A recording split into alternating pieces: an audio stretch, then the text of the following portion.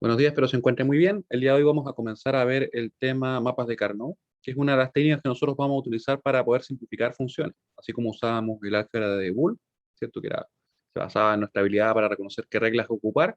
En este caso nos vamos a aprovechar de la configuración de, por ejemplo, los unos o los ceros, y vamos a ver cómo es que nosotros por medio de la identificación de diferentes relaciones en ellos, podemos en definitiva simplificar. En realidad es más que nada gráfico lo que nos podemos hacer. Vamos a ver acá el apunte. Deberíamos tenerlo acá. Ahí. Este por si acaso es el apunte. Tema 2, álgebra de Boole, simplificación lógica, que está incluido acá en mapas de Carnot. Alguna vez debería separarlo, pero vamos a revisarlo acá. Entonces, todo esto nosotros ya lo revisamos, ¿cierto? Respecto a cómo aplicar teoremas de Morgan. Vimos también cómo poder representar las funciones usando suma de productos, producto de suma, suma de minterms y producto de minterms, ¿sí? Y ahora, en particular, lo que vamos a hacer es lo siguiente. Toda álgebra de Boole, producto de sumas, producto estándar. Por si acaso acá en el apunte ustedes pueden encontrar la misma información de una manera a veces más extendida, por si acaso alguien lo quisiera revisar. Pero, bueno, aquí está la sumatoria, la productoria, los max terms, min terms, y llegamos al mapa de Carnot. ¿Qué página es? Es la página 40 del apunte, por si acaso. Entonces, mientras que con las leyes y reglas del teorema y teoremas del álgebra de Boole, la reducción de las expresiones depende de nuestra habilidad para aplicarlas, obviamente las reglas, los mapas de Carnot nos proporcionan un método sistemático para el mismo propósito, y es que es un método que se basa en reconocer, podríamos decir, patrones gráficos. ¿Ya? Si se aplica correctamente, el método genera expresiones suma de producto o producto de sumas que van a ser mínimas. Un mapa de Carnot es similar a una tabla de verdad, ya que muestra todas las posibles combinaciones de entrada y salida durante, o en realidad para cada una de ellas. Eso quiere decir que nosotros vamos a tener algo así. Voy a escribirlo acá en nuestra pizarra para que ustedes lo vayan ubicando. ¿Y a qué me refiero con un mapa de Carnot? ¿Y por qué decimos que es lo mismo o la misma información en realidad que una tabla de verdad? Para que cargue esto. Me había quedado sin batería ayer, pero está cargando. Y aquí lo vamos a hacer.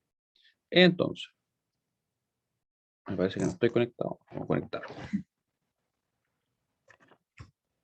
Ahí sí. Para poder. Ahí sí. ¿Dónde estoy ahora? Ahí estoy. Clase. ¿Se acuerda quién del número que estamos? La verdad es que yo no recuerdo el número exacto. Como pasó una semana, me he perdido en el número de las clases. Me acuerdo si que estamos a lunes 8 del 11 del 2021. 16, vamos. Muchas gracias. Clase 16. Igual llevamos bastantes clases, ¿eh? Considerando que igual hemos tenido algunas suspensiones, pero. Ya. Entonces, un mapa de Carnot tiene las siguientes características. Mapas de Carnot. Y nosotros vamos en particular a dibujar un mapa de Carnot de de tres variables, que va a ser así. Miren lo que voy a dibujar. Vamos a tener un mapa acá. Lo vamos a dibujar bien. Este después lo vamos a estar copiando y pegando simplemente.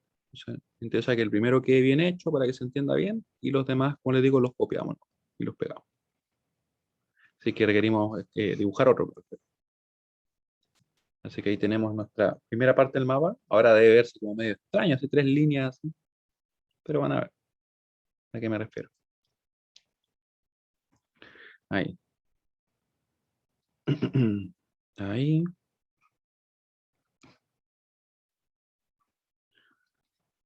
Y tenemos acá otra línea. ¿Qué estoy dibujando? Ahora van a ver. Y me falta una pequeña línea de 45 grados, o a 45 grados. Ahí.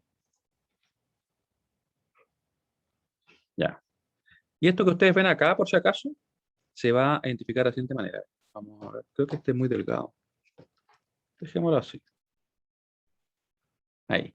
Vamos a tener ciertas combinaciones. 0, 0, 0, 1, 1, 0. Perdón, 1, 1, 1, 0. Ahí sí. 0, 1. Aquí vamos a asumir que esto está relacionado a una función f que va a tener las variables a, b y c. Entonces nuestra función f de a, b, c va a quedar representada por medio de este mapa de Carnot. Esto es un mapa de Carnot. Quiero que noten también ustedes que este ordenamiento que hay acá sigue un código Gray. No es como que va de 0, ¿cierto? A 1, después a 2 y a 3, sino que va como 0, 0, 0, 1, aquí va el 3 y aquí va el 2. Precisamente es código Gray. Eso es muy importante para que pueda funcionar correctamente este método de simplificación. ¿Ya? Así que usa código Gray. ¿Y cómo es que esto se relaciona con la tabla? Porque según lo que estábamos comentando, supuestamente eso sería o representaría la misma información que una tabla. Y lo que tienen que tener en cuenta es lo siguiente. En una tabla de verdad, nosotros dibujamos algo así, o tenemos en realidad representado algo así. Acá vamos a tener una cantidad de filas, van a ser obviamente 8 filas, ¿cierto? Para 8 combinaciones diferentes, y tenemos una salida para cada una de ellas. Eso es lo que nosotros tenemos. Entonces, si yo acá represento una tabla de verdad, yo tendría entonces que la estructura, sí, claro, es diferente, pero la información que van a contener va a ser la misma. No va a haber un cambio significativo. Ahí. Entonces ustedes van a ver esto. Ahí. Y aquí yo, ¿qué voy a tener? Voy a tener F, tendría también A, B y C. Y obviamente para cada una de las combinaciones que podemos tener, que serían, por ejemplo, el 000, 001, 010, 011, 100, 100, 101, 110 y 111. Como pueden ver, simplemente listé las diferentes combinaciones posibles con 3 bits. ¿Ya? Y aquí ustedes van a encontrar la misma información.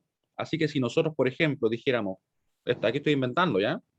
Que la función en particular que está representada por medio de esta tabla tiene un 1 en el 0000, creo que dije un 0 más, pero bueno, 000, ahí sí.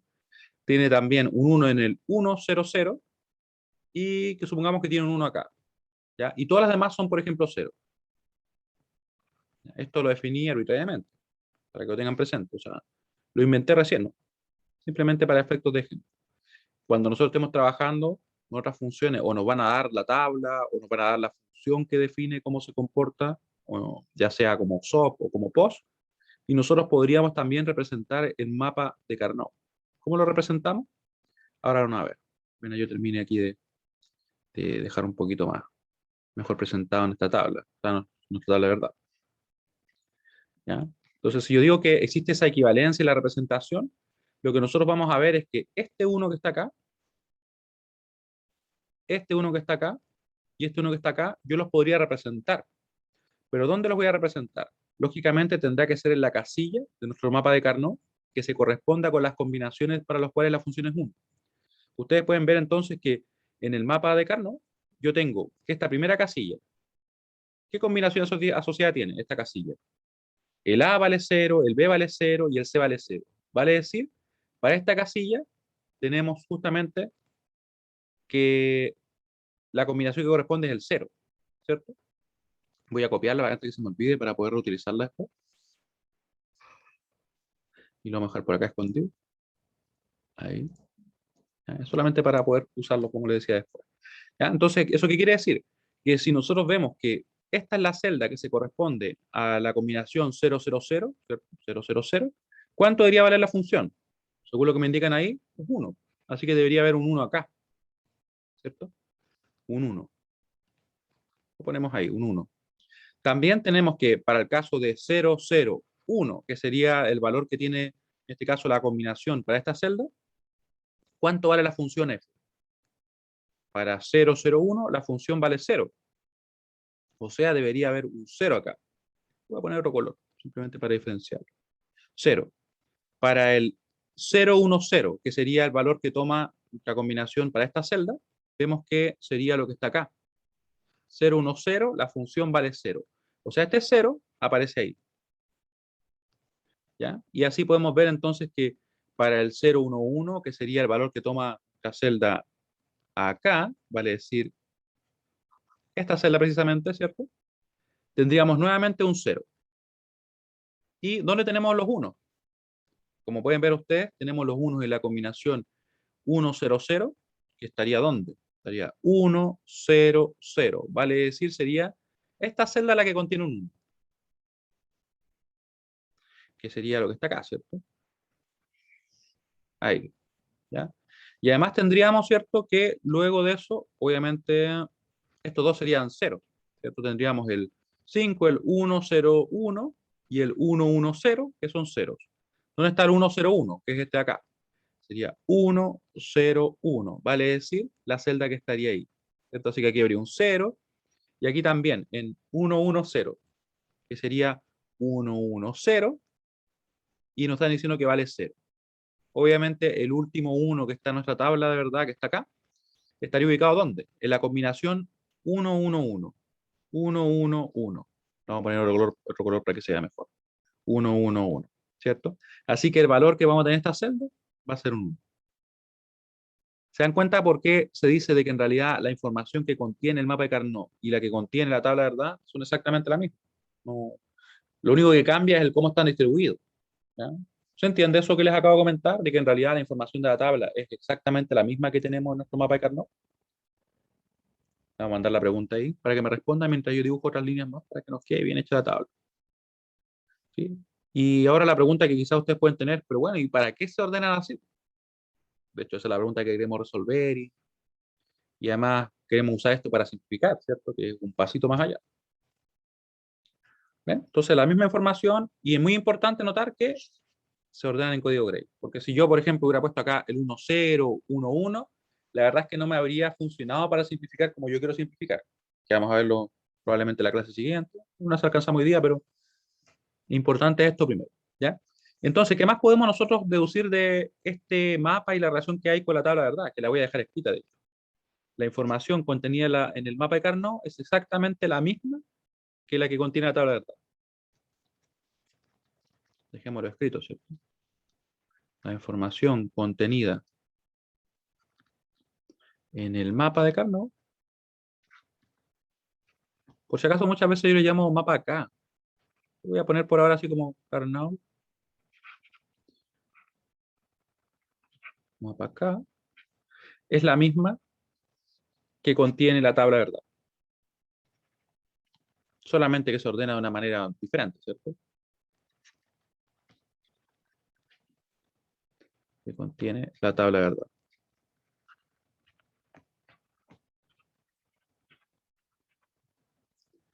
Ya. Y como les decía, ahora nosotros lo que vamos a hacer es identificar algunas cosas más en nuestro mapa. Vamos a tomar este, lo vamos a copiar y vamos a ponerlo por acá. ¿Qué quiero que identifiquemos? Ustedes pueden notar que de hecho, si nosotros identificáramos el valor decimal que corresponde a la combinación de cada casilla, si yo convirtiera el 0000 y lo convirtiera a decimal, obviamente esto sin signo, solamente binario, ¿cuál sería el valor que tendríamos acá? El valor decimal me refiero. Claramente un 0. Si yo convirtiera este 001, que sería el valor que tendría esta celda, su valor decimal sería simplemente 1. Acá tendríamos, ¿cierto?, que el 010, que sería el valor decimal que le corresponde a esa celda. Si yo lo convierto, obviamente, perdón, el valor binario, y si lo convierto a decimal sería 2. ¿Sí? Ahí sí. Acá ahora el valor decimal que le corresponde a esta celda sería el 3. El valor binario me da por decir decimal. Me disculpen ahí. Luego acá ustedes verían que tenemos, ¿cierto?, el valor binario, 110, que sería obviamente, o se correspondería con el 6. Tendríamos el 111 para la siguiente celda, que sería el valor binario cuyo valor decimal es el 7. Y acá veríamos entonces el 4, porque es 100, y veríamos también el 5, 101. ¿Sí? ¿Para qué nos sirve esto? Esto la verdad es más que nada para que nosotros reconozcamos cómo están ordenadas nuestras celdas. O sea, la información que nosotros acá, por ejemplo, en la tabla de verdad la habríamos encontrado ordenada así. 0, 1, 2, 3, 4, 5, 6, 7. Esto por si acaso es simplemente el valor decimal de la correspondiente combinación, ¿cierto? Que va ordenado desde el 0 al 7. O desde el 0 hasta el que corresponda, así que tenemos más variables. Que podríamos tener más variables. ¿Ya? Aquí nos queda así, como pueden ver ustedes. Nos queda 0, 1, 2, 3. Después se salta al 4, 5, 6 y 7. posteriormente, cuando nosotros queramos representar funciones, esto nos va a ser muy útil. Si, por ejemplo, nos dan, supongamos, la sumatoria de minterms o la productoria de maxterms, va a ser muy, muy útil. ¿Ya? ¿Y qué más tenemos que tener en cuenta?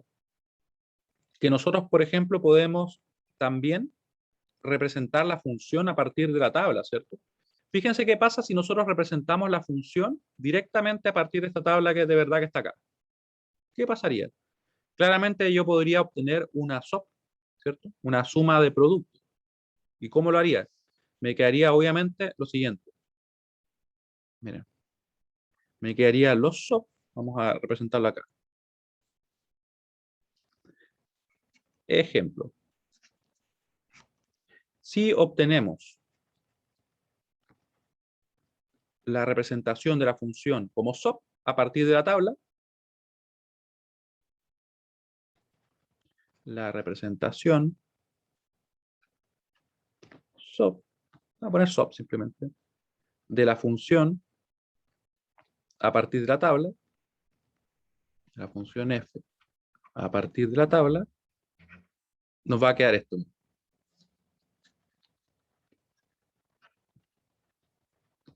A partir de la tabla, ¿verdad? Vamos a copiar la tabla aquí. ¿Se acuerdan cómo hacíamos eso? Igual han pasado unas cuantos días, ¿sí? Casi 2 semanas, ¿sí? Pues lo vamos a hacer acá. Ah, estoy muy cerca, por eso se ve tan gruesa la línea. Ahí. Ya, entonces lo que nosotros hacíamos era recordar que para obtener la expresión SOP, ¿cierto? Cada uno de estas combinaciones está asociada a un producto. Por ejemplo, me voy a acercar un poquito. De hecho, estaba muy lejos, eso es lo que pasa. Ya, voy a poner por ahí. Entonces teníamos acá A negado, B negado, C negado, ¿cierto? Que está asociado a esa combinación. ¿Y esto qué representaba? ¿Qué representaba este producto? Simplemente el producto que al momento de evaluarlo en la combinación correspondiente me da 1. ¿Sí? Eso es lo que nosotros hacíamos. Aquí tendríamos, ¿cierto? El A negado, B negado, C, y así seguiríamos, ¿cierto? Con los demás. Siempre que aparezca un 0, nos quedaría negado, y si aparece un 1, nos queda sin negar. En el caso de los productos. Así que sería A, B, C negado, después aquí sería el A negado, B, C, después sería A, B negado, C negado, A, B negado, C, aquí tendríamos el A y el B, el C negado, A, B, C, ¿cierto? Cada uno de esos productos se corresponde al producto que al momento de evaluarlo en la combinación me da 1. Eso fue lo que definimos en unas cuantas clases atrás, como 3. ¿Y cómo representamos la función entonces? Obviamente, si queremos representarla como SOP, vamos a usar precisamente estos productos y vamos a decir, la función f de a, b, c, b, c, va a ser igual a los productos que se corresponden con los unos de la función. Vale decir, va a ser ese producto, ¿cierto? De hecho, lo vamos a marcar así. Ahí va a ser ese producto y va a ser ese producto. Y se van a estar sumando, de forma que nos va a quedar algo así. A negado, B negado, C negado, más el A, B negado, C negado. Y por último, ¿cierto? El otro producto que se corresponde a un 1 de la función, que sería el ABC. Si alguien no participó de esas clases y se pregunta por qué es esto, piensen que simplemente nosotros lo que definimos es de que si tenemos estos productos que al momento de evaluarlo de la combinación nos da 1, yo después a representar el SOP, simplemente para cada uno que tenga la función, yo dejo el producto sumándose. Y con eso vamos a tener la función definida y va a ser totalmente válido. Esto obviamente nosotros le llamamos expresión estándar o canónica. ¿Qué quería decir eso? Que simplemente cada término contiene todas las variables que estamos trabajando. Eso es todo lo que significa, ¿ya? Sería aquí nuestra expresión SOP que define la función. ¿Sí? ¿Cómo vamos por acá? Si alguien tiene duda respecto a esto, es el momento, porque es algo que obviamente ya vimos, pero nos va a ser bastante importante en este caso. ¿Sí? ¿Se entiende cómo obtuvimos entonces la función que está acá? Es medio recordatorio esto, pero aún así nos sirve. Muy bien, porque ahora vamos a hacer algo muy parecido, pero lo vamos a hacer a partir del mapa. Por eso es que lo estábamos recordando. Déjenme buscar el mapa, ¿dónde está? Me lo voy a volver a llevar. Ahí. Copiamos y pegamos. Y aquí vamos a poner otro ejemplo. O en realidad ejercicio. No, ejemplos, pues finalmente son ejemplos. Vamos a hacer exactamente lo mismo a partir del mapa, porque se puede hacer. Si dijimos que contenía la misma información, ¿qué me impide a mí hacerlo? ¿O a ustedes también hacerlo? El ejemplo 2. Realizar el proceso, o en realidad lo mismo que en el caso anterior. Realizar el mismo procedimiento anterior, pero a partir del mapa de Carnot. Anterior a partir del mapa Carnot.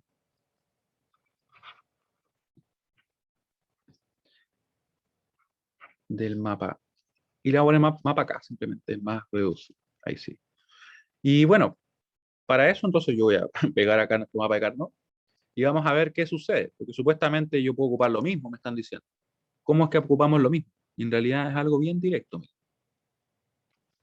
Déjenme borrar esto. Ah, mira, me los tomó, me los juntó, eso es bueno. Y se fue ese también. Ya. Aquí vamos a ver que para cada una de las celdas también tenemos asociado un producto. Claramente, si que yo dibujara esto así, yo debería asumir lo siguiente. Vamos a ver acá, ¿dónde dejé mi otro mapa? Ahí está. Este mapa, por si acaso, lo creé para poder simplemente irlo copiando, ¿no? Porque es más fácil que estarlo dibujando cada vez, ¿cierto? Ahí. Entonces, lo que nosotros vamos a ver es que en cada uno de estas casillas, o en cada una de las casillas, vamos a tener un producto. Y nos va a quedar ¿cómo? Acá, como hay solamente ceros, nos va a quedar A negado, B negado, C negado. En este de acá nos va a quedar A negado, B negado, C. Y así ustedes pueden suponer ya, ¿cierto? Que acá vamos a tener entonces el A negado, B, C. Ahí, ¿cuál creen que vamos a tener? Evidentemente el A negado, B, C negado. Y así podría definirlos todos. De hecho, aquí, como es un mapa pequeño, puedo hacerlo sin problema. A, B, C negado, ¿cierto? Y siempre que tengamos un 0, nos va a quedar negado. Y cada vez que tengamos un 1, nos va a quedar sin negar. Así que aquí sería el ABC. Aquí estaría ¿cuál? El A, B negado, C, ¿cierto? Porque ese está en 0. Y por último acá, A, B negado, C negado. Y como pueden ver, tenemos todos los productos. Aquí quizá alguien se puede preguntar, pero bueno, ¿esto para qué nos sirve? Y otros ya dirán, ah, entonces lo que vamos a hacer ahora es exactamente lo mismo, pero como tenemos uno, ¿cierto? Nosotros vamos a dejar entonces para ese uno, para ese uno y para ese uno, los productos que se correspondan. Justamente ese, que va a ser este de acá, ¿cierto? Se dan cuenta que estamos haciendo lo mismo. Para cada uno que tenemos en el mapa, nosotros dejamos, bueno, ese no es uno, dejamos el producto correspondiente. ¿Y saben qué? Mira este. Ahí sí, y este acá también. ¿Cierto? Debería haber marcado primero la celda. Ahí. Así que nos queda entonces que la función va a ser exactamente la misma, porque obvio, que la información que contenían tanto la tabla como el mapa era la misma. O sea, sería un poco absurdo que nos quedara diferente, ¿no? Y aquí, ¿saben qué? Lo voy a copiar de acá. Ahí. Va a ser exactamente lo mismo. Bueno, vamos a intentar copiarlo. Esto es como no muy fino parece. Ahí sí. Día lunes, después de una semana un poco larga. ¿Qué les puedo decir? Ahí. Una semana de receso. Ya. ¿Se entiende lo que hicimos? O sea, a partir de un mapa yo también podría entonces obtener justamente la función SOP. Simplemente para cada una función yo pongo el producto correspondiente y aplico exactamente la misma lógica. Esto puede parecer quizá muy evidente, quizá no tanto, pero créanme que es muy útil porque después nosotros vamos a hacer algo parecido con algunas pequeñas diferencias. ¿Ya? Pero en principio aquí pueden ver cómo hemos conectado lo que vimos en las clases anteriores con lo que ahora estamos haciendo con este mapa, que es simplemente una configuración muy parecida a tabla, pero ordenada convenientemente, ¿ya? Para poder simplificar, como les decía. ¿Ya? Ahora, vamos a ir de nuevo al apunte porque me salté a la pizarra porque aquí ya aparecía. O sea, había que hacer este camino. Entonces, los mapas de Carnot se pueden utilizar para reducir expresiones de 2, 3, 4, 5 variables. Nosotros en particular vamos a ocupar, la verdad, que el de 3 y el de 4. Y el de 5 también, si no es tan complejo. En la punta dice que no, pues lo vamos a hacer. Y Acá ustedes pueden ver que el mapa de Carnot es una herramienta para simplificar la lógica combinacional de 3, 4, 5, y de hecho se podría ocupar con más. Sin embargo, más allá de 5 variables se dificulta mucho el punto de vista gráfico, ¿ya? Por el tema de que tenemos aparentemente 3 dimensiones nomás para poder dibujar, ¿cierto? Y en el caso de 3 variables tenemos justamente que se queda así, o se representa así. Algo que no he mencionado y que quiero que ustedes noten también, es que existe la llamada adyacencia entre cada una celda. ¿A qué me refiero con eso? También lo podemos ver de forma binaria, porque aquí aparece obviamente con los productos. Pero si lo vemos de forma binaria, y me voy a saltar acá un momento, quiero que ustedes noten esto. De hecho, ¿saben qué? Lo vamos a dibujar acá. Lo he utilizado bastante este dibujo, ¿no? Por eso es que es bueno tenerlo ahí. Si lo vemos de forma binaria, algo así,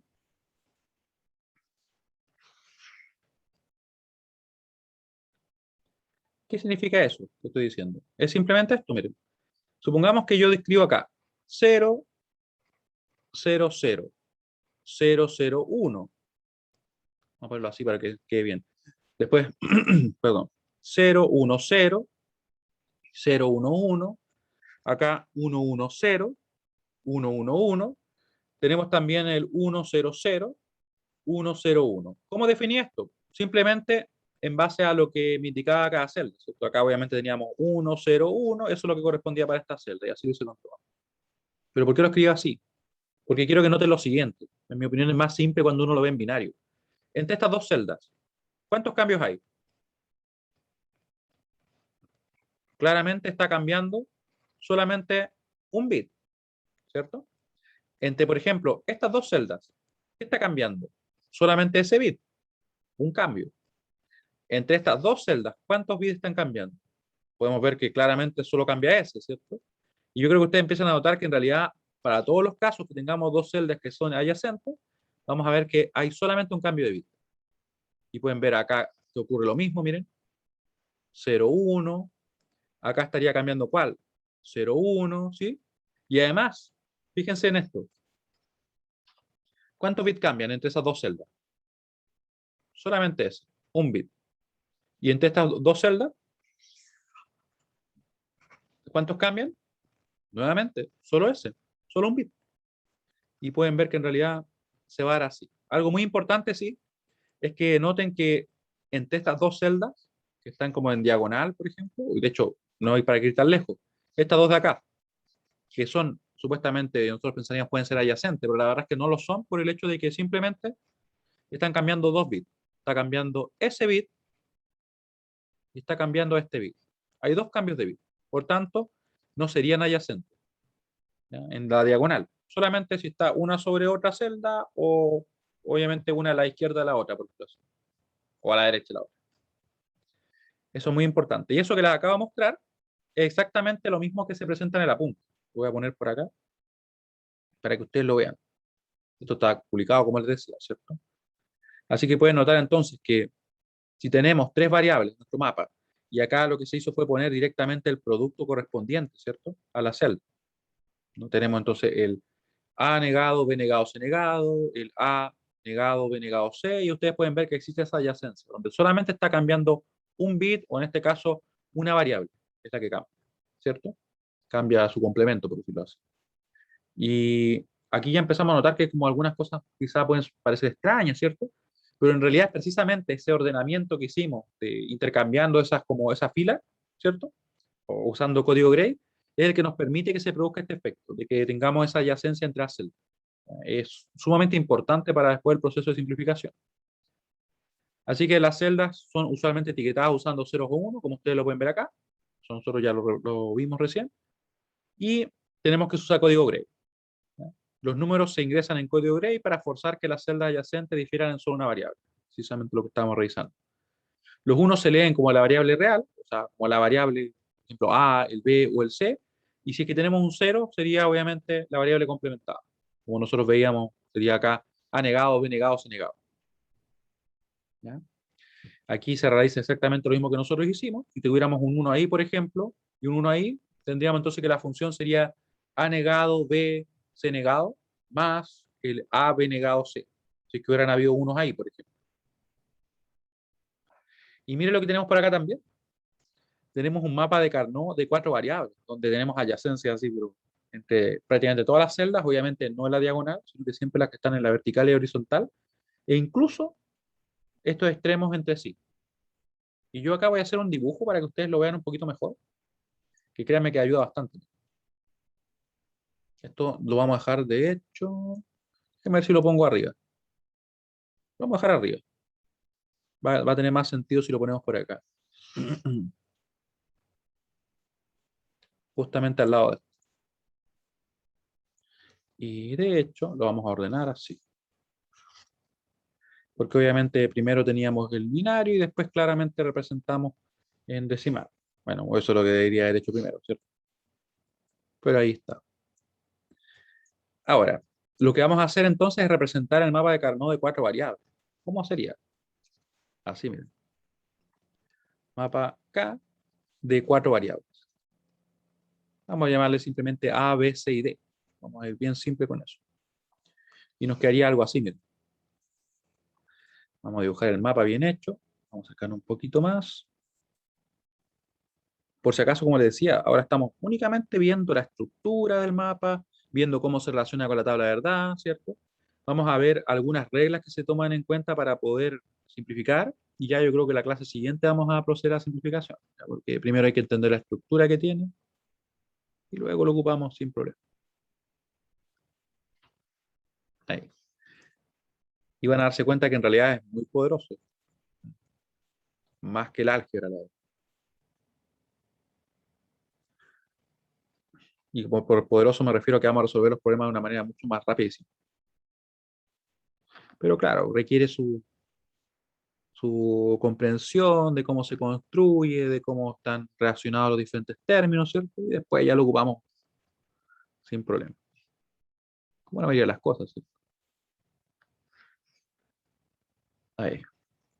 Es como piénselo como, no sé, como aprender a manejar, que al principio uno se toma su tiempo, cuesta aprender a manejar todos los diferentes cosas que tenemos que tomar en cuenta, pero ya cuando ya aprendemos, después se nos hace mucho más simple movernos de un punto A a un punto B.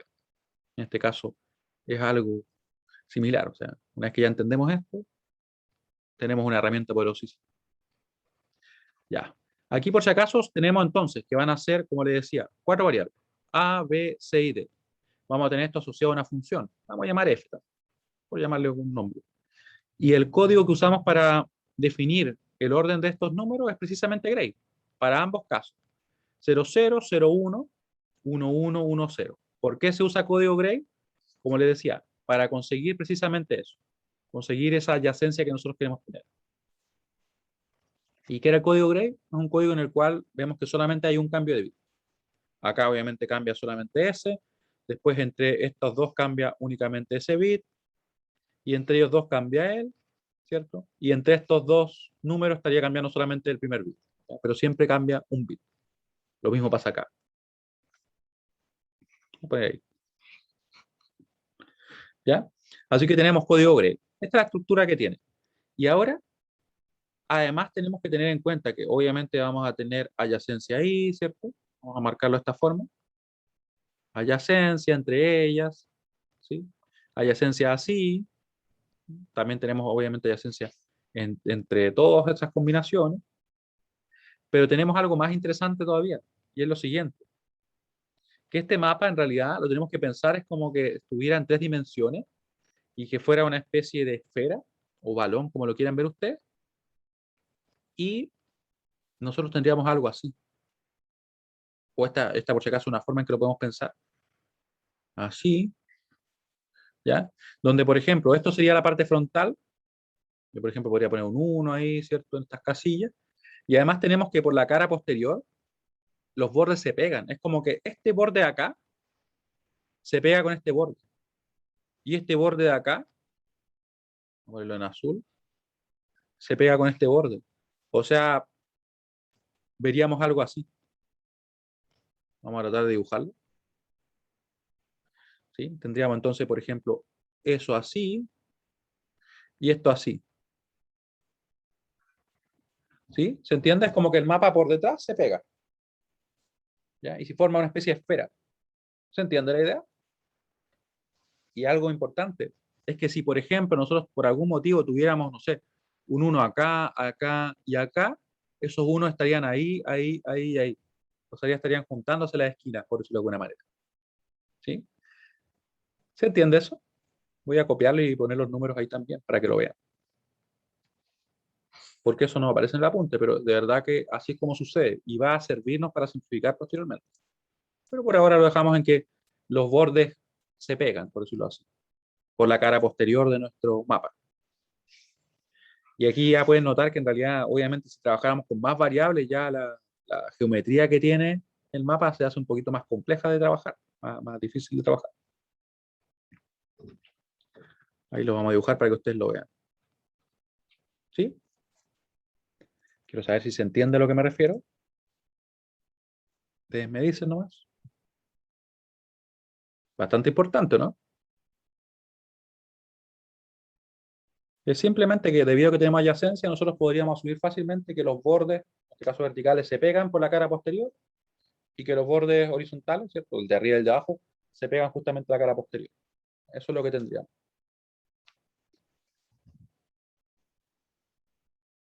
Y nosotros estaríamos viendo obviamente la cara frontal.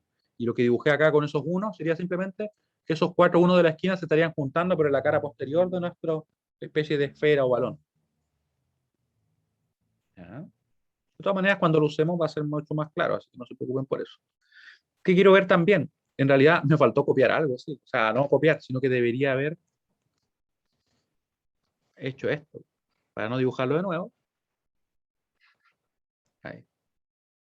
Porque lo que vamos a identificar es ahora cómo se ordenan los diferentes números.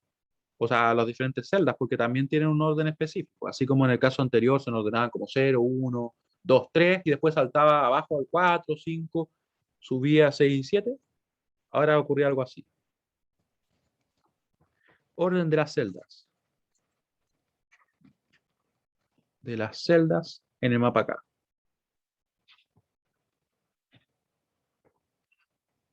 De 4 variables, lógicamente, es el que estamos trabajando.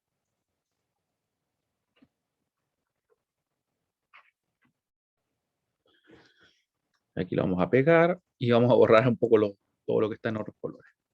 Porque quiero el mapa así, en su forma más pura. No, eso no lo quiero. ¿Qué pasa con el azul? Oh, ¿se unieron? Bueno,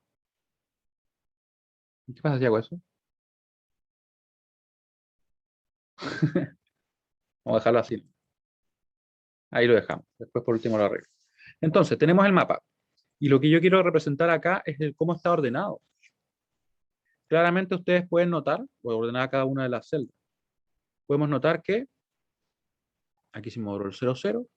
¿Cuál sería el valor decimal de esta celda? Lo pueden escribir, lo pueden comentar. ¿Cuál sería? Claramente es un 000, o sea, el valor decimal evidentemente va a ser 0. ¿Sí? Estoy tomando el binario y convirtiéndolo a decimal. Acá tenemos ¿cuál? 0001. Claramente eso va a ser un 1. Acá tenemos ¿cuál? 0011. Va a ser precisamente el 3, ¿cierto? Aquí estamos ocupando ya la conversión de una manera bastante directa. Acá tendríamos entonces el 0010, cuyo valor decimal sería simplemente 2. Recuerden que son números sin signo, simplemente estamos convirtiéndolo así. Acá, esta celda tendría el siguiente valor binario que sería el 0100, lo cual en decimal sería precisamente el 4. ¿Ah? Luego tenemos acá esa celda que tiene un valor decimal de 0, perdón, binario de 0101, lo cual vendría a ser un 5. Después acá vendría el 7, 0117, ¿cierto? Acá vendría el 6, sería 0110, precisamente el 6. Estoy simplemente convirtiendo el valor binario decimal. ¿Y qué pasaría con los demás números? La verdad es que el 8 estaría acá. Miren. 1, 0, 0, 0. Eso claramente es 8, ¿cierto? No se olviden. Ese pesaba 8, ese pesaba 4, ese pesaba 2 y ese pesaba 1. Si está solamente ese 1 ahí, sería 8. Y luego podemos seguir. Tenemos el 9 acá, el 1, 0, 0, 1. Después vendría el 11. 1, 0, 1, 1. El 10, que sería el 1, 0, 1, 0. Y acá vendría el 12, que sería, ¿cierto?, el 1, 1, 0, 0. Y así ustedes van a notar que en realidad siempre nos va a quedar en este orden. 12, 13, después nos queda acá el 14 y acá nos queda el 15. ¿De a qué me refiero que siempre queda con ese orden? Fíjense bien.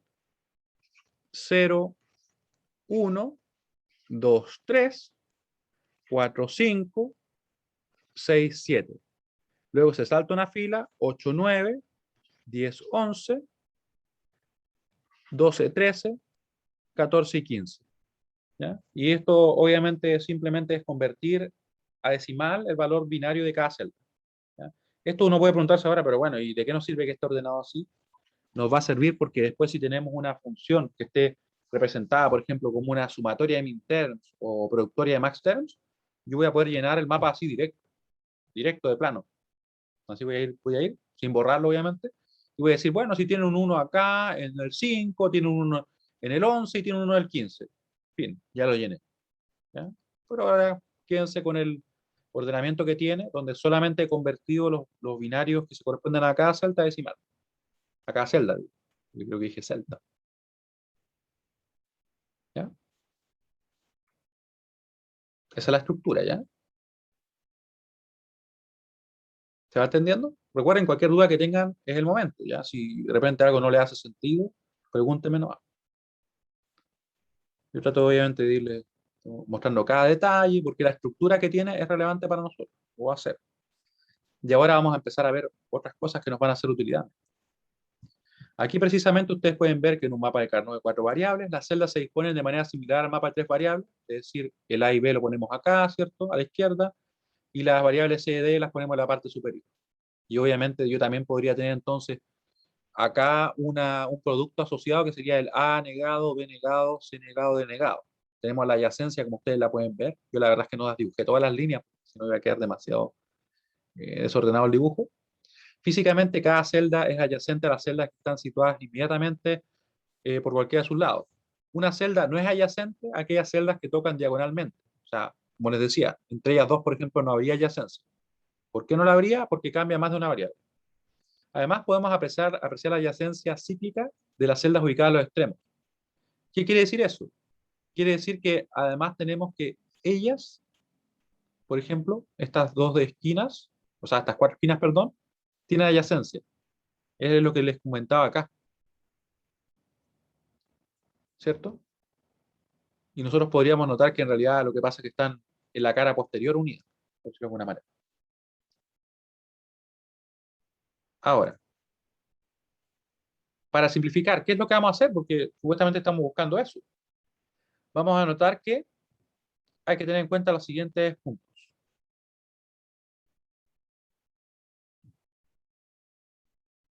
Primero tenemos que determinar el valor binario de cada término producto de la suma del producto estándar. A medida que evaluamos cada término, bueno, esto en realidad es como llenamos el mapa.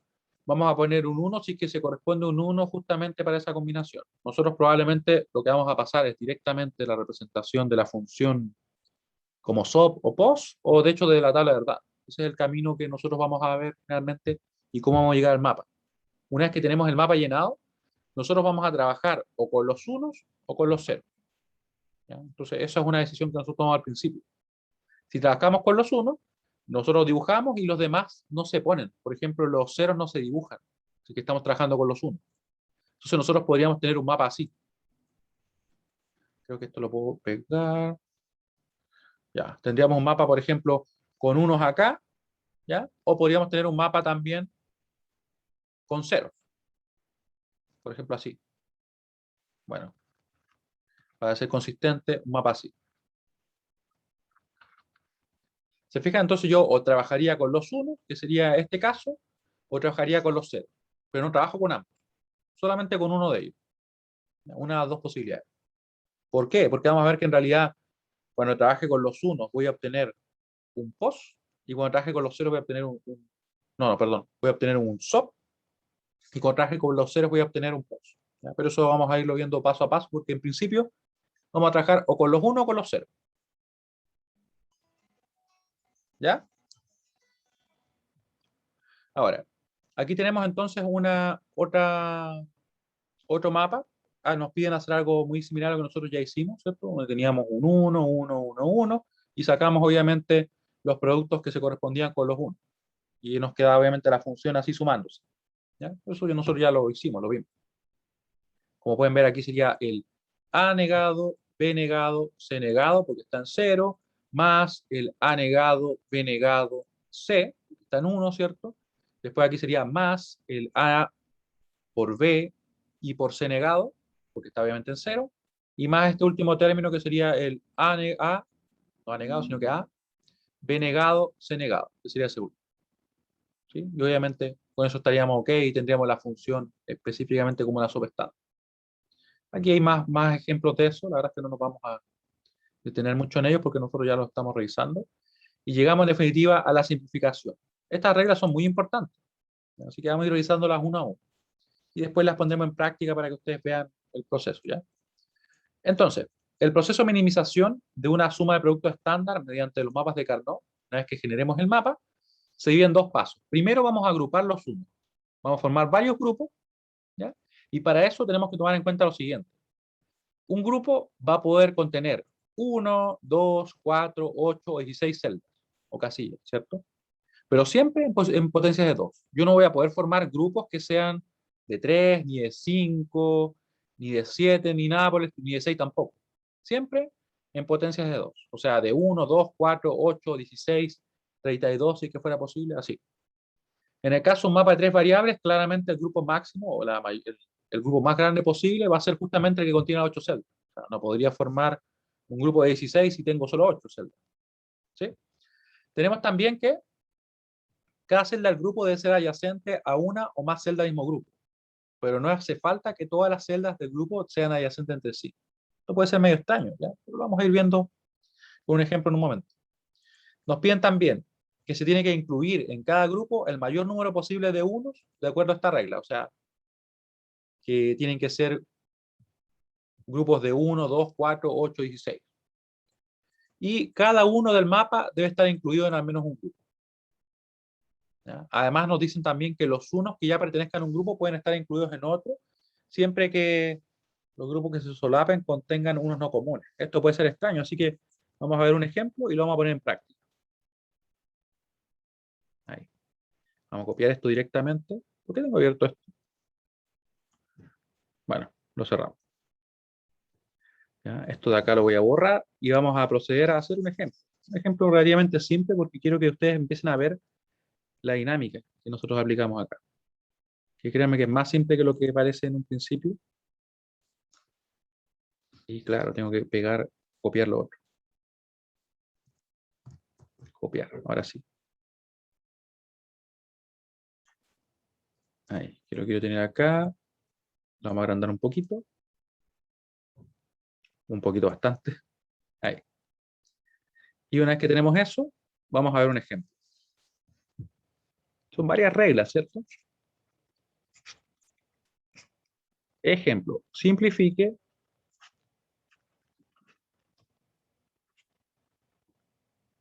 usando mapas de Carnot. O simplifique las funciones definidas por medio de los siguientes mapas de Carnot.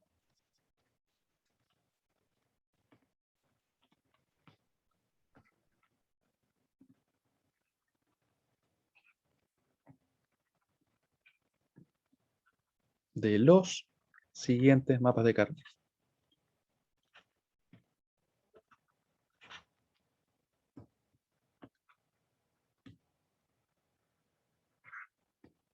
Acá voy a agregar también una regla ya. Vamos a agregar una regla adicional que va a decir lo siguiente. Los grupos van a tener que tener la siguiente estructura.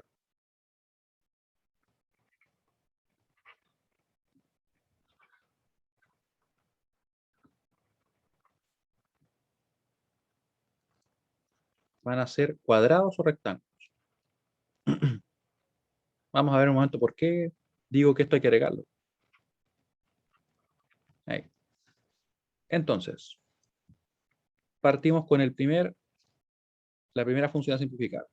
Vamos a tener acá un mapa. Voy a tomar un mapa simple, como el que tenemos acá. Un mapa de 3 variables. y le vamos a poner algunos ceros, algunos unos, y vamos a proceder. Para que le demos uso a esto. Ya, pensemos que esta va a ser nuestra función f1, que va a estar definida por el siguiente mapa. Esto por si acaso lo estoy definiendo de forma totalmente arbitraria, o sea, lo estoy inventando yo ahora dónde están los unos. Uno acá, uno acá, uno acá, y estamos. Van a ser esos tres unos. Y bueno, partimos. Fíjense bien qué dicen. Un grupo debe contener 1, 2, 4, 8 y 16 celdas o potencia de 2. Les pregunto yo a ustedes, ¿puedo formar un grupo de A8? Y la verdad es que no puedo, porque no se olviden que están omitidos, pero acá hay 0. Así que no podría formar un grupo de 8, porque solamente vamos a contener uno en nuestros grupos. Así que estamos trabajando con los 1.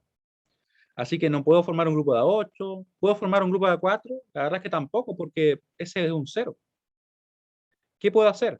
Podría formar grupos de A1, lo cual sería válido, sin embargo no sería la mejor opción, porque yo debería tratar siempre de formar los grupos más grandes posibles. Vamos a ver también nosotros a medida que vayamos trabajando por qué nos conviene. Entonces lo que me convendría sería esto, por ejemplo. Este grupo que está acá es totalmente válido, es de 2. Vemos también que es un rectángulo, ¿ya? Y ahora viene un punto relevante que aparece acá, miren. Dice, cada uno del mapa debe estar incluido en al menos un grupo. Aquí nosotros, obviamente, como a él no lo hemos incluido en ninguno, o sea, yo lo podría dejar así y estaría bien, ¿cierto? Pero tengo una mejor opción, porque nos dicen, los unos que ya pertenezcan a un grupo pueden estar incluidos en otro. O sea, por ejemplo, él ya pertenece a un grupo, el grupo azul. Podría estar en otro grupo, siempre que el grupo que lo contenga o que los grupos que lo contengan no se solapen. ¿A qué se refiere eso? Que en realidad yo no debería crear, por ejemplo, ahora un grupo verde así. ¿Por qué? Porque tendríamos entonces que esos números, esos unos, estarían dentro de dos grupos, pero los grupos son completamente los mismos. Entonces no tiene ningún sentido. Estaríamos generando un término redundante. ¿Cómo sería válido? Si es que yo sé que formo este grupo, claramente ese uno que está ahí pertenece a los dos, pero los grupos no se solapan completamente, ¿cierto? Tienen, en este caso, un uno que no es común. Ese uno que está en el grupo verde y que no está en el azul, ¿cierto? Y tenemos también que en el grupo azul hay un uno que no está en el grupo verde. Eso es lo que quiere decir este último punto que dice, los unos que ya pertenezcan a un grupo pueden estar incluidos en otro, que en este caso sería lo que estamos hablando respecto a él, siempre que los grupos que se solapen contengan unos no comunes. Y se cumple eso, porque precisamente ese uno no está en este grupo y ese uno no está en el otro. ¿Ya? Y estos grupos serían totalmente válidos. ¿Sí? Alguien podría preguntarse, pero bueno, ¿y por qué no formé un grupo así? Claramente, bueno, primero no es un cuadrado, un rectángulo, y además estaría conteniendo tres celdas. Y nos dicen que tiene que ser de 1, 2, 4, 8, 16. ¿Ya? Eso es lo primero. Así que no sería posible. ¿Qué pasaría si es que ahora yo tuviera otro grupo acá? Miren bien. O perdón, otro mapa.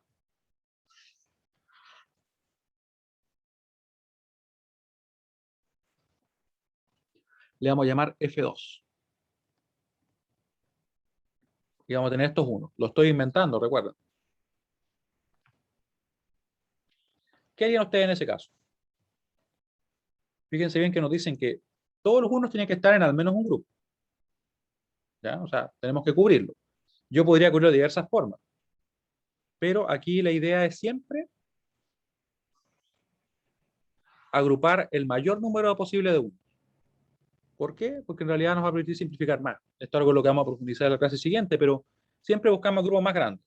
Eso quiere decir que yo podría... Todos estos son grupos válidos, miren. Válido, válido, válido, sin ningún problema. Aquí lo que obtendríamos serían 4 términos que se van a estar sumando. Nosotros vamos a ver también a qué me refiero y cómo lo obtenemos. Podríamos hacer esto sin ningún problema, ¿ya? O incluso podríamos hacer esto, lo cual tampoco sería la mejor opción, porque había un término redundante, porque precisamente este grupo de acá estaría conteniendo lo mismo que ya contiene el rojo, ¿ya? ¿Cuál sería la mejor opción? Esta, porque es un grupo de 4 celdas, es el más grande posible, ¿ya? Y además cubrimos todos los unos. O sea, cumplimos con todo lo que nos piden. Ahora, si yo tuviera algo muy parecido, vamos a ir viendo otras posibilidades. C, vamos a copiar este. No, eso no lo vamos a copiar, lo vamos a copiar acá. Acá lo vamos a pegar. Le vamos a poner F3. Y les cuento a ustedes qué pasa acá. ¿Cómo lo haríamos acá? Claramente nosotros buscamos cubrir todos los unos. Ahora no estamos simplificando, ¿cierto? Estamos simplemente agrupando. Pero, ¿cómo yo podría cubrir todos los unos? Siempre en grupos de 1, 2, 4, 8 y 16. Además, trato de formar los grupos más grandes que sean posibles, ¿cierto? Cubriendo todos los unos. Y además que tienen que ser cuadrados o rectángulos. No me sirven triángulos, o sea, triángulos, no, pues medio raro. Por ejemplo, una L. Porque alguien podría decir, pero bueno, ¿y qué pasaría si yo tuviera algo así? Por ejemplo, uno ahí, yo podría haber formado un grupo así, de 4 estoy cumpliendo, pero no, claro, no cumpliría con ser un cuadrado o un rectángulo. En este caso, lo que yo voy a hacer es esto. Me voy a fijar en aquellos que tengan las menores posibilidades. Recuerden que aquí tenemos 0, ¿cierto? Y como no hay adyacencia entre estas dos celdas, yo no podría hacer algo así. Esto no sería válido porque no hay adyacencia. Así que lamentablemente ese uno queda solo. No tiene una mejor opción. Sin embargo, los otros unos que están acá, ellos sí tienen algunas posibilidades porque podríamos hacer ese grupo. ¿Ya? Y ellos van a quedar juntos y el otro azul va a quedar solo. Lamentablemente él quedó solo porque no tenía más posibilidades. Y así podemos seguir, como ustedes pueden ver. Vamos a copiar otro por acá. Este es el último que vamos a copiar y después vamos a proceder a simplificar. El último que vamos a agrupar. No me queda ninguno en la misma línea. Ahí. F4. Y miren lo que voy a hacer. Así de simple. Claramente acá yo también podría formar un grupo así, ¿cierto? O sea, podría formar grupos por separado, pero claramente lo que más nos conviene es siempre el más grande. Vamos a ver después que simplificamos más al hacer eso. ¿Ya? Todos estos grupos son válidos. ¿Se entiende cómo lo fuimos formando? Si no, por favor, me escriben, me consultan. Recuerden, grupos de 1, 2, 4, 8 y 16, siempre que sean cuadrados o rectángulos, buscamos cubrir todos los unos, ¿sí? No incluimos ceros, lógicamente, si estamos trabajando con los unos. Y además tenemos que un 1 se puede repetir en otro grupo, siempre que sean grupos diferentes, ¿entienden? O sea, que no sean exactamente iguales, como es el caso que tenemos, por ejemplo, acá, donde vemos que al menos hay un 1 que no está en el otro grupo. Y no tendría sentido crearlo. Es como que yo hiciera otro grupo así. Y en realidad ambos grupos contienen los mismos unos, así que puedo quitar uno sin ningún problema. Y ahora, llegó el momento de simplificar. Y la simplificación es más simple, yo creo, que el formar los grupos. Mucha atención, ¿ya? Atención, atención. Grupo verde en el problema A. Vamos a obtener una función F1 que se va a corresponder a un término por cada grupo. Un término de producto, porque estamos trabajando con los unos. Si es que la variable cambia de valor, se elimina esa variable del término, del producto, ¿cierto? Y si la variable se mantiene, va a quedar en el producto. Eso quiere decir que acá, fíjense bien, tenemos que el grupo verde, para esta celda, el A vale 0, y para esta celda, el A vale 1. Como el A está cambiando de valor dentro de los elementos y celdas del grupo, o celdas del grupo, el A se elimina. Así de simple, el A no va a quedar. Y el B, pueden notar ustedes que vale 1 para todos los elementos de nuestro grupo, ¿cierto? O sea, para todas las celdas del grupo. Vale 1 para esa celda, lo puse en verde, vale 1 para esa celda, y vale 1 para esa celda. Eso quiere decir que va a quedar, y como está valiendo 1, va a quedar como B simplemente. El A se fue, se perdió simplemente porque cambió de 0 a 1. El C está fijo en 0 y vale 0 para esa celda y vale 0 para esa celda, o sea, para ambas. Por tanto, como está fijo en 0 y no cambia, va a quedar. Y va a quedar como C negado. Ese es el primer término de producto que obtenemos. Lo obtenemos en este caso del grupo verde. El A se fue porque cambió, el B y el C quedaron porque estaban fijos. ¿Por qué el B quedó sin negar? Porque está fijo en 1. ¿Y por qué el C quedó negado? Porque está fijo en 0. Más. Y ahora vamos a obtener un término para el grupo azul. Mismo criterio. El A y el B ustedes pueden ver que están fijos, ¿cierto? Para ambas celdas del grupo azul vale 0 el A y el B vale 1. Eso quiere decir que el A está fijo en 0, va a quedar negado, y el B que está fijo en 1 va a quedar sin negar. ¿Y qué pasa con el C? Claramente cambia, porque para esta celda que está acá vale 0 y para esta celda está valiendo 1. Como cambio, se fue. Y nuestra función simplificada sería simplemente la que ustedes ven ahí. Precisamente, un término de producto por cada uno de los grupos. Por eso es que me conviene formar la menor cantidad de grupos y la más grande, porque si son más grandes, hay más cambios. Por eso lo vamos a ir presenciando en este problema que tenemos ahora. F2. Para esto lo que nosotros hacemos es lo mismo. Vamos a fijarnos entonces, ¿qué pasa con el A? El A vale 0 para ¿quiénes? Vale 0 para estos elementos del grupo y vale 1 para estos elementos del grupo. Como cambió su valor a través de los elementos o celdas de nuestro grupo, se va. El A no va a quedar porque cambió. El B, ustedes pueden notar que es lo mismo, ¿cierto? Vale 0 para esas celdas y vale 1 para estas celdas. Como cambió, se fue. O sea, el A y el B no van a quedar. Y la pregunta es, bueno, ¿y qué va a quedar entonces? Solamente el C, porque el C está fijo en 1 y vale 1 para todas las celdas del grupo. Así que va a quedar únicamente F2 igual a C. ¿Y por qué quedó como C? Porque está fijo en 1. Y si queda fijo en 1, queda sin negar. Si queda fijo en 0, queda negado. Se dan cuenta que el hecho de formar un grupo más grande, un grupo de 4 en este caso, nos permitió eliminar todas esas variables. O sea, las variables A y B. Cuando formábamos grupos de 2, solamente eliminamos una. Eso es algo que se va a ir notando posteriormente. ¿Se dan cuenta que la dinámica es esa? Si la variable cambia o su valor cambia a través de los elementos del grupo, se elimina. Así de simple. Y si queda fija, queda. F3. Lo mismo, miren. Vamos a partir con el grupo verde. Vamos a partir con alguno cualquiera. Grupo verde. Vemos que el A vale 1 para ambas celdas del grupo, ¿cierto? Vale 1 para ambas, por tanto va a quedar y va a quedar sin negar. El B está cambiando de 1 a 0. Para la primera celda vale 1, para la segunda celda vale 0. Basta que cambie una vez y con eso ya se va inmediatamente. No va a quedar el B. El C, por el contrario, está fijo en 1, como pueden ver ustedes. Vale 1 para esa celda y vale 1 para esa celda. Como está fijo en 1, nos va a quedar como C simplemente.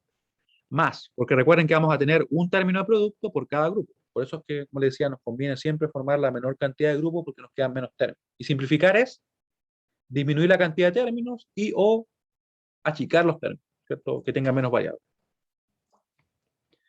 Así que nos queda así, miren. Grupo azul. Tenemos entonces que el A no cambia, obviamente porque es solamente una celda, así que queda como A negado. El B tampoco cambia porque está fijo en 1 para todos los elementos del grupo, que solamente hay uno, así que no va a poder cambiar. B, y el C está fijo en 0, evidentemente para todos los elementos del grupo, porque solamente hay uno, y quedaría como C negado. Esto se parece a lo que hicimos antes, ¿cierto? Cuando sacábamos como el término de producto directamente así de un 1. Lo que estábamos haciendo implícitamente antes era hacer grupos de 1. Eso es lo que estábamos haciendo, pero no lo sabíamos. ¿Ya? Eso fue lo que hicimos en estos casos. Hacer un grupo así, un grupo así, un grupo así. Y sacamos, obviamente, como no iban a cambiar las variables, quedaban en 1 si es que estaba el valor en 1 de nuestra variable, y quedan en 0, o perdón, quedan negadas si es que estaba en 0. Y para terminar, nos queda esto. F4. Fíjense bien, este grupo azul, tenemos que, o para este grupo azul tenemos que el A vale 0, está fijo en 0. Así que nos queda el A negado. Para todas las celdas vale 0. El B cambia, porque para las de arriba vale 0 y para las de abajo vale 1. Así que como cambió, se fue. ¿Qué pasa con el C? El C también está cambiando, ¿cierto? Cambia de 0 a 1, así que se elimina también. Nos queda únicamente el A negado. ¿Se dan cuenta que la simplificación se basa en simplemente eso? ¿Sí? ¿Se entiende lo que revisamos hasta ahora? De todas maneras, en la clase siguiente vamos a hacer más ejercicios, vamos a ver también qué pasa con los mapas de 4 variables y explicar obviamente un poquito más el cómo llegar al mínimo en diversas situaciones. Pero como pueden ver, una vez que uno empieza a comprender cómo agrupar y la simplificación es bien directa. Vamos a hacer mucho más ejercicio en la clase siguiente, así que espero que tengan una gran semana, nos vemos, que estén muy bien, porque ya son las 10:15, así que no les quito más tiempo. Chao, chao, nos vemos. Que estén muy bien. Todo esto va a quedar publicado. Recuerden que hay bastante info en el apunte. ¿Ya? Yo les recomiendo si es que alguien tiene dudas, que vea la grabación nuevamente, así que y cualquier cosa me pregunte. Nos vemos.